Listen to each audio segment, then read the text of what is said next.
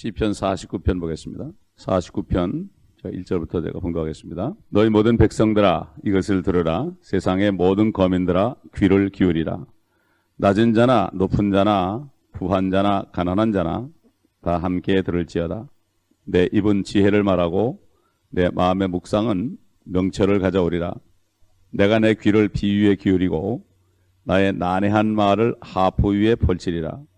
내 뒤를 쫓는 죄악이 나를 에워싸는 악한 날에 내가 어찌 두려워하리요.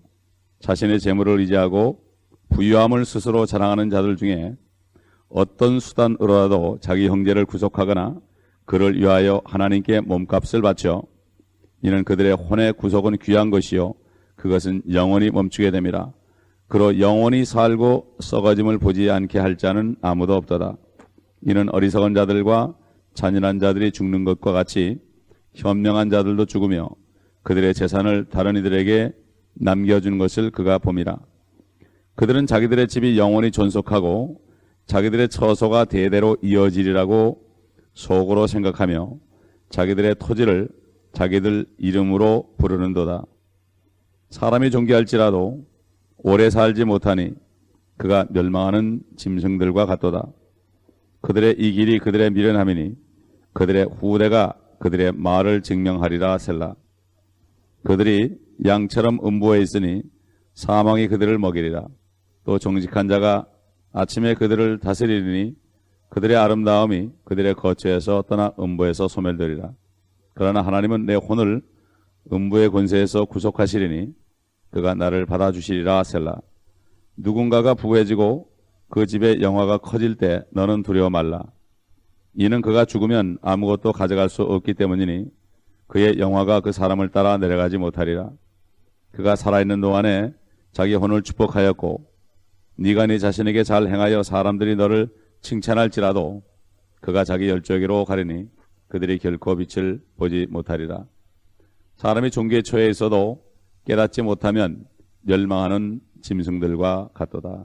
이 시편은 조금 성격이 다른 시편입니다. 전체를 보게 되면은 셀라가 나옵니다. 그렇기 때문에 이스라엘 사람들이 정말 하나님을 잊어버리고 살다가 환란 때에 가서 그들이 회개하고 참 이스라엘 남은 자들 옛날 모세 시대에 정말 그 20세 미만 된 아이들만 그 남은 자들만이 가나안에 들어간 것처럼 이스라엘의 마지막 때 환란을 통과해서 연단받고 회개한 남은 사람들, 이 사람들이 다시 주님께 돌아오면서 세상 사람들을 향해서 거기에 외치는 소리입니다. 회개하라고 외치는 소리죠.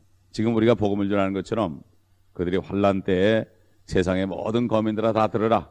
부한 자나 가난한 자나 높은 자나 낮은 자나 다 들으라. 이렇게 얘기합니다. 옛날 예레미야 시절에 참 진리를 찾는 자가 한 사람도 없었습니다. 선지자 예레미야 외에는 한 사람도 없었습니다. 아주 완전히 전멸이었습니다.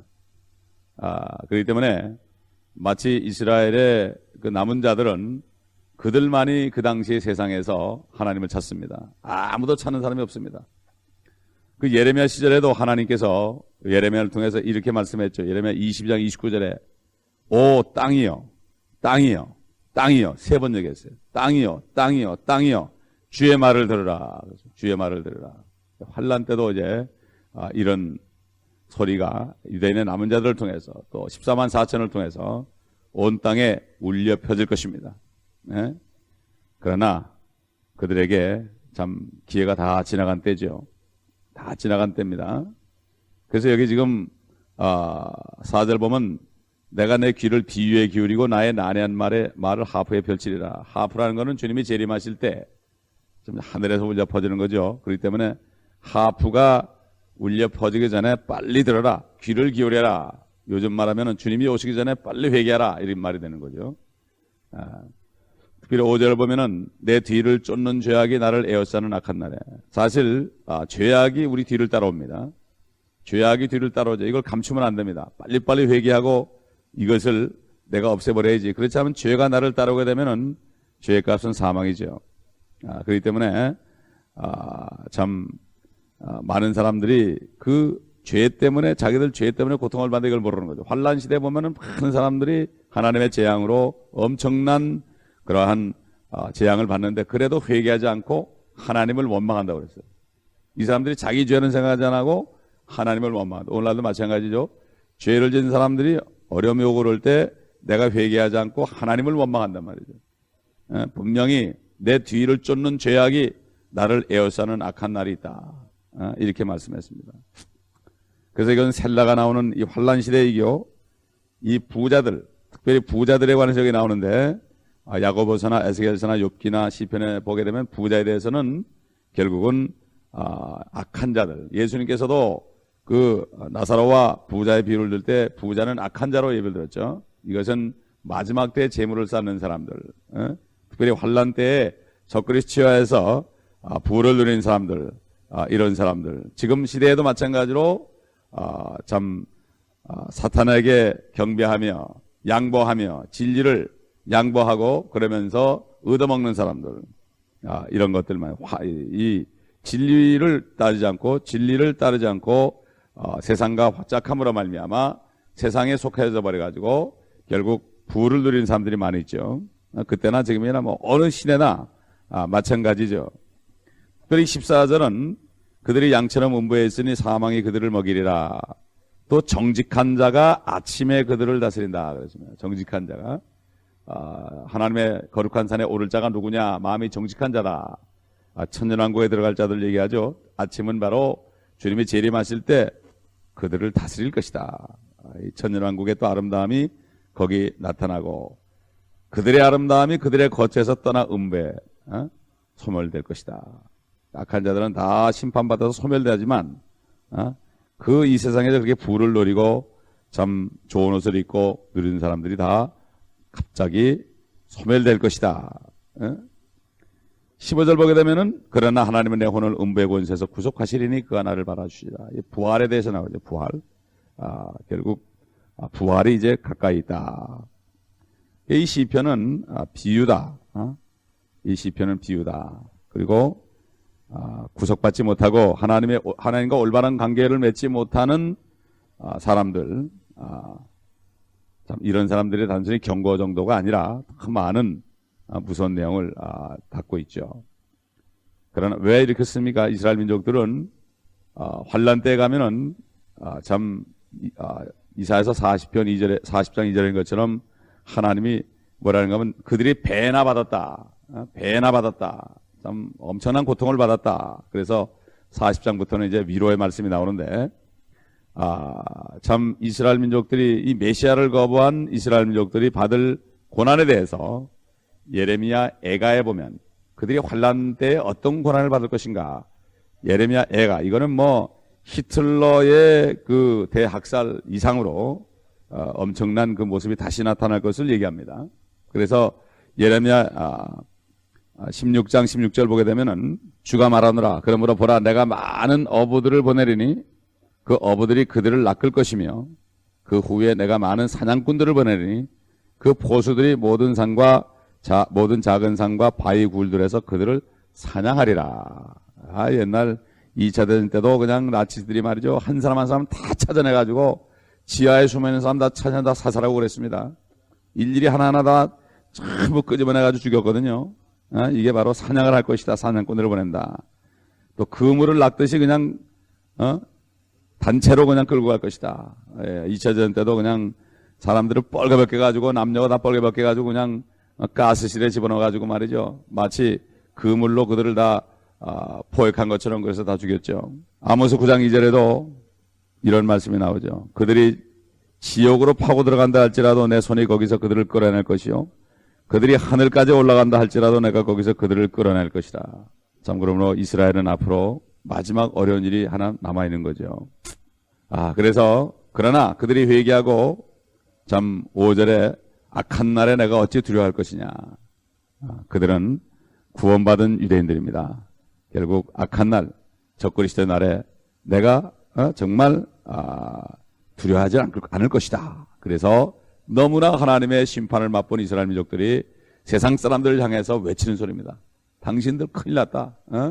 우리처럼 되지 말아라. 그러면서 참 외치는 말씀이죠.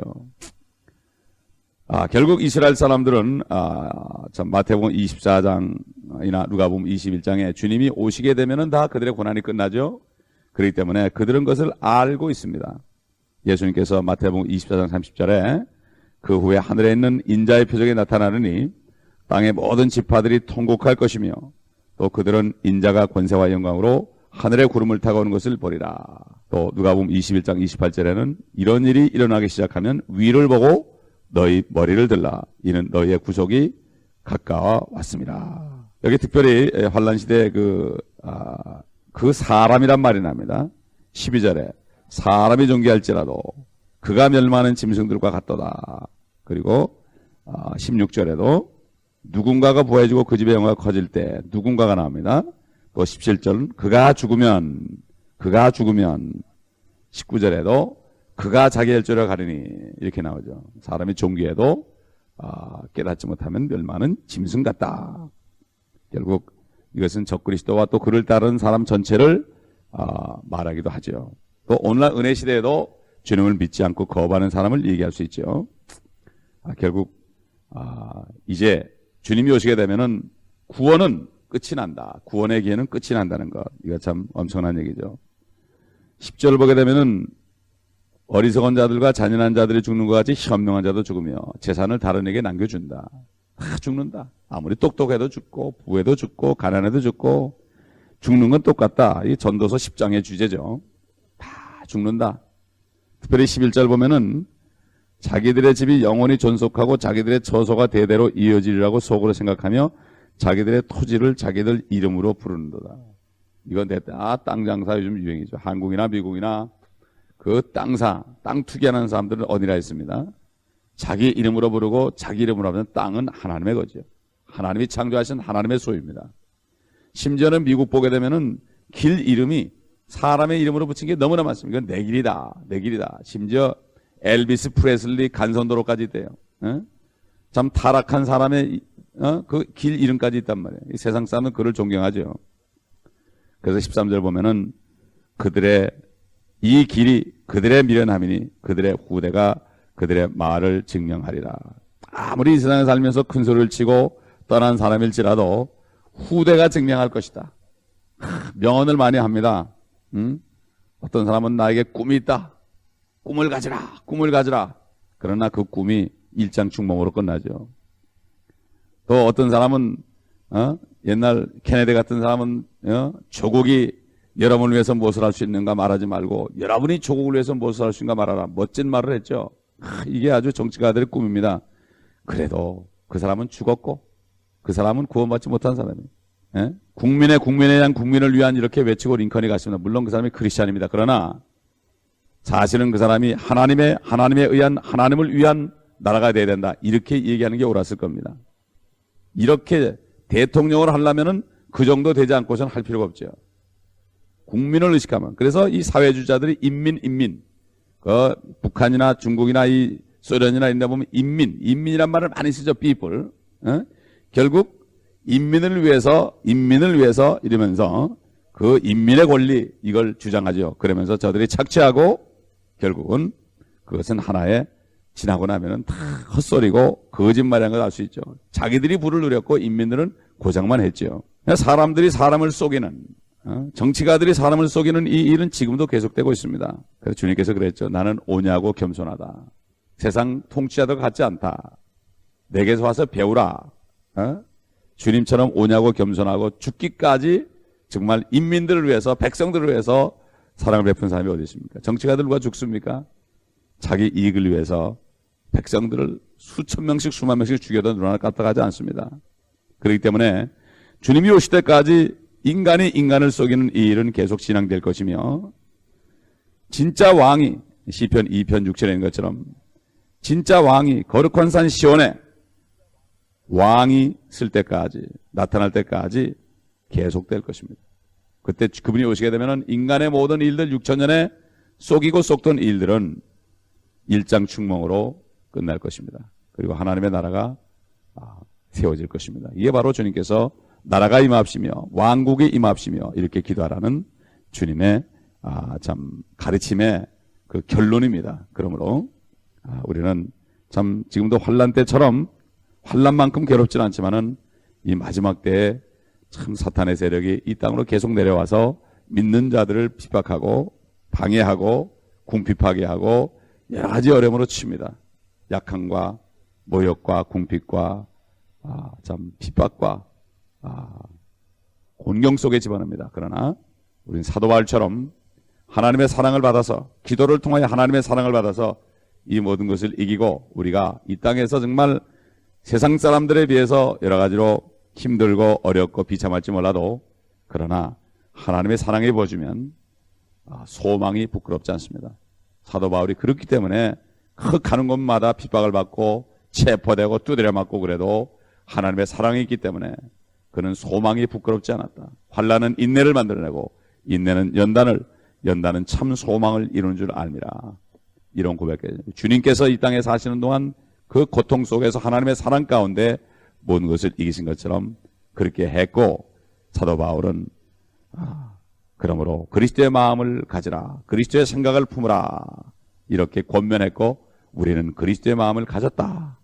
자기 자신이 그리스도의 마음을 가졌다. 죽을 수 있는 마음을 가졌다. 그렇기 때문에 사도 바울은 성령께서 예루살렘에 가지 말라고 그래도 그 사랑의 관건에서 가면은 분명히 결박당하고 고통을 당할 걸 알면서도 성령께서 가지 마라. 가지 마라. 너무나 안타까우니까 가지 마라. 그런데도 바울은 갔습니다. 그럴 땐 하나님께서 그걸 막지 않으셨습니다. 바로 사도 바울의 그 마음은 하나님의 사랑이 나를 강권하시느니라.